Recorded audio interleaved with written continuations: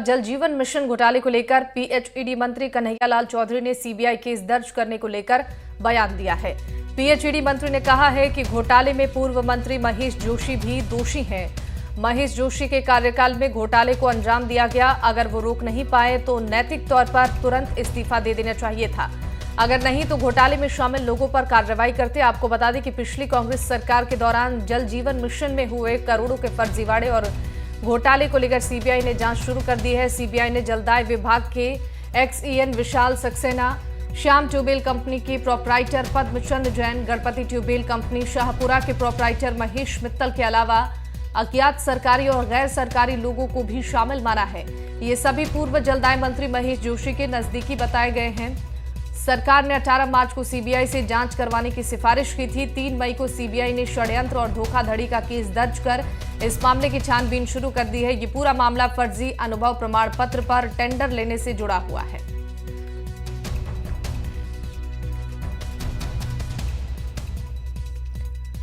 तो ये बड़ी खबर, जल जीवन मिशन घोटाला मामले में पीएचईडी मंत्री कन्हैयालाल चौधरी का बयान। घोटाले में पूर्व मंत्री महेश जोशी भी दोषी हैं। महेश जोशी के कार्यकाल में घोटाला हुआ है और नैतिक तौर पर उन्हें तुरंत इस्तीफा देना चाहिए। अगर नहीं तो घोटाले में शामिल लोगों पर कार्रवाई करते।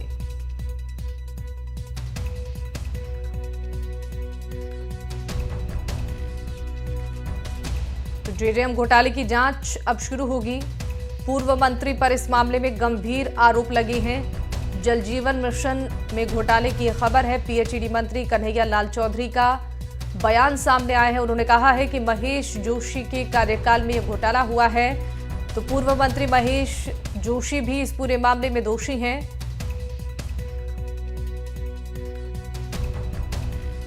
पूर्व मंत्री पर आरोप लगाते हुए पीएचईडी मंत्री कन्हैयालाल चौधरी ने क्या कुछ कहा है, सुनाते हैं आपको। दोषी तो कहीं ना कहीं जनप्रतिनिधि भी है कि जनता मालिक होती है, जनता में चुन के भेजती है, जनता के हम प्रतिनिधि होते हैं।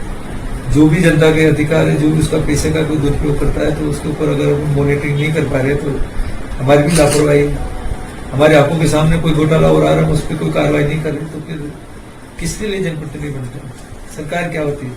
सरकार का मतलब है कि जनता 5 साल में चुन के भेजती है और जिसके बहुमत आ जाए तो वो सरकार बनाता है। तो उसकी सरकार उनकी थी, वो इस विभाग के जिम्मेदारी उनकी भी बनती है। अब ये है कि उनकी जिम्मेदारी कहाँ तक बनती है, या तो मोरल रूप से उनको अगर वो इसको कंट्रोल नहीं कर पा रहे थे, उनके सामने घोटाला ढूंढने तो उसी वक्त समय इस्तीफा देना चाहिए था या कार्रवाई करनी चाहिए। तो दोषी तो वो भी उनके खिलाफ कार्रवाई होनी चाहिए। ज्यादा जानकारी देंगे हमारे साथ संवाददाता सोमू आनंद लाइव जुड़ चुके हैं। सोमू, देखिए, जल जीवन मिशन में जो गड़बड़ी का मामला है, अब ये मामला तूल पकड़ता हुआ नजर आ रहा है। घोटाले को लेकर पीएचईडी मंत्री कन्हैयालाल ने पूर्व मंत्री पर आरोप लगाए हैं। क्या कुछ ये आरोप उनकी तरफ से लगाए गए हैं और ये पूरा मामला क्या है, विस्तार से इसकी जानकारी दीजिएगा। भोपाल और राजगढ़ में चुनाव खत्म होते ही सीबीआई ने लंबे वक्त की जांच के बाद एफआईआर दर्ज की और उसके बाद से ही इस पर राजनीति जो है वो तेज हो गई है।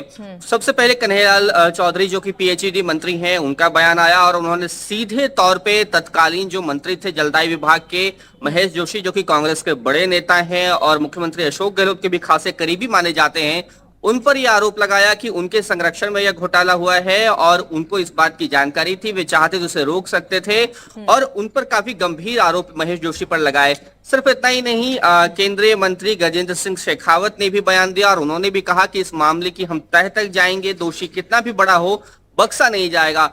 जाहिर है भारतीय जनता पार्टी जो है वो लगातार कांग्रेस पर, कांग्रेस के नेताओं पर भ्रष्टाचार के आरोप लगाते रही है और ये जो पूरा मामला है 900 करोड़ रुपए के घोटाले का बताया जा रहा है। तो इस मामले को सरकार के लोग और भारतीय जनता पार्टी के लोग इस तरह से प्रचारित करना चाहते हैं जिसमें कांग्रेस के नेताओं की भूमिका जो है वो काफी संदिग्ध है और लोगों में इस बात का मैसेज जाए कि उस मामले में बहुत बड़े पैमाने पर भ्रष्टाचार हुआ था। लेकिन फिलहाल सोमू, अगर बात की जाए तो जो आरोप लगाए गए हैं कन्हैयालाल की तरफ से, इस पूरे मामले को लेकर क्या जांच पड़ताल हुई है अब तक? देखिए, इस मामले की जांच पहले से भी हो रही है, सीबीआई जांच कर रही है, ईडी ने भी कई मर्तबे हमने देखा कि कई ठिकानों पर दबिश दी है। और अब जो है सीबीआई की एंट्री इस मामले में हुई है। हालांकि सीबीआई पहले से भी इस मामले में थी, लेकिन एफआईआर जो है औपचारिक रूप से अब दर्ज हुई है प्रारंभिक जांच के बाद। तो निश्चित रूप से अब जो है उस वक्त के जलदाय मंत्री महेश जोशी उनको पहले भी ईडी ने भी समन भेजा था, उनको पेश होने के लिए कहा था, और अब जब सीबीआई भी इस मामले की जांच करेगी तो निश्चित रूप से पूछताछ के लिए बुलाया जाएगा उनको बार बार और सारी चीजें, तो उनकी मुश्किलें भी अब बढ़ेंगी। अब देखना यह है कि वो किस तरह से सवालों के जवाब देते हैं और जो चीजें सीबीआई के हाथ लगती हैं उनमें उनकी भूमिका किस प्रकार की रहती है। तभी भारतीय जनता पार्टी के नेताओं के पास एक मजबूत टूल, मजबूत हथियार जो है वो उनके खिलाफ, कांग्रेस के खिलाफ मिल पाएगा।